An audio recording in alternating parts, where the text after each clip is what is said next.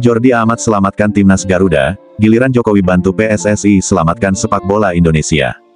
Salam bola mata 11, dua leg FIFA Matchday sudah selesai digelar di Stadion Patriot Candrabaga, Bekasi, Jawa Barat.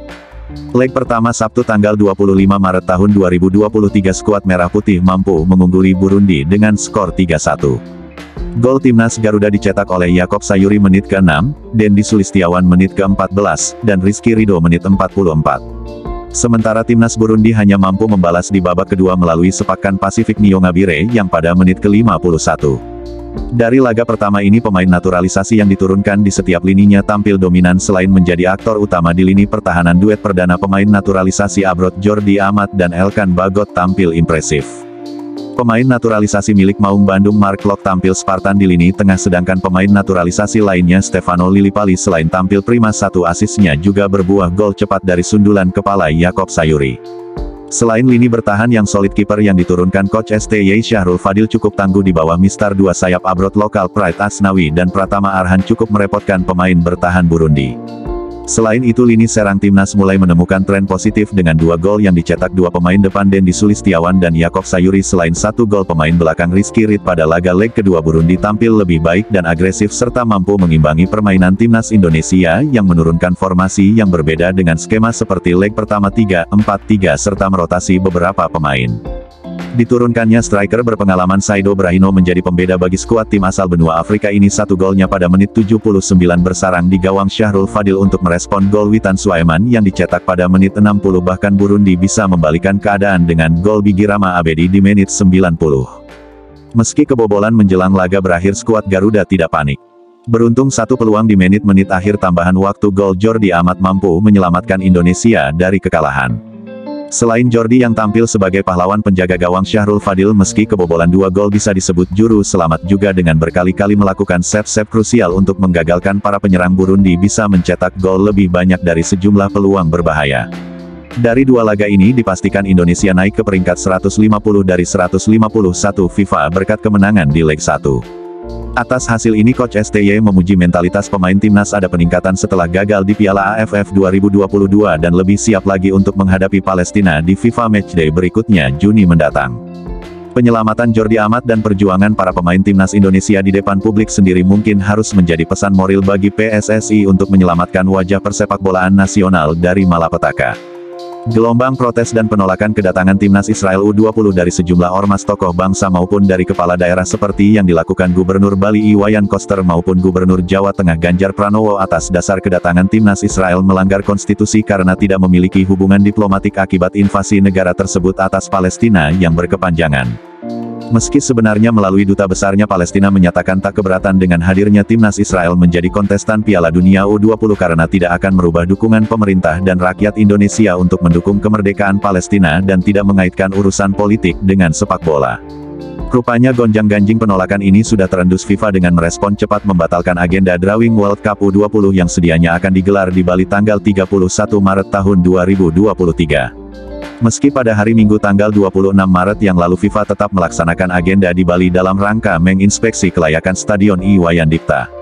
Isu-isu pembatalan Indonesia sebagai tuan rumah pun terus mencuat dari mulai Qatar yang baru saja sukses menggelar Piala Dunia 2022, Argentina yang timnas U20-nya tak lolos kualifikasi dan yang paling santer negara Amerika Latin lainnya yaitu Peru yang secara fasilitas sudah cukup siap karena akan menjadi tuan rumah Piala Dunia U17 2023. Desas-desus menyatakan bahwa pertukaran tuan rumah menjadi opsi yang akan diambil jika Peru menjadi tuan rumah Piala Dunia U20 maka Indonesia akan menjadi tuan rumah Piala Dunia U17. Namun PSSI sejauh ini masih terus intensif berkomunikasi dengan FIFA dan yakin bahwa Indonesia akan menggelar Piala Dunia U20 sesuai jadwal tanggal 20 Mei sampai dengan tanggal 11 Juni tahun 2023 di 6 stadion yang telah dipersiapkan dengan budget yang tak sedikit. Meskipun dibayang-bayangi keputusan FIFA membatalkannya dan berpotensi menjatuhkan sanksi berat yang bisa mengucilkan Indonesia dari dunia sepak bola internasional.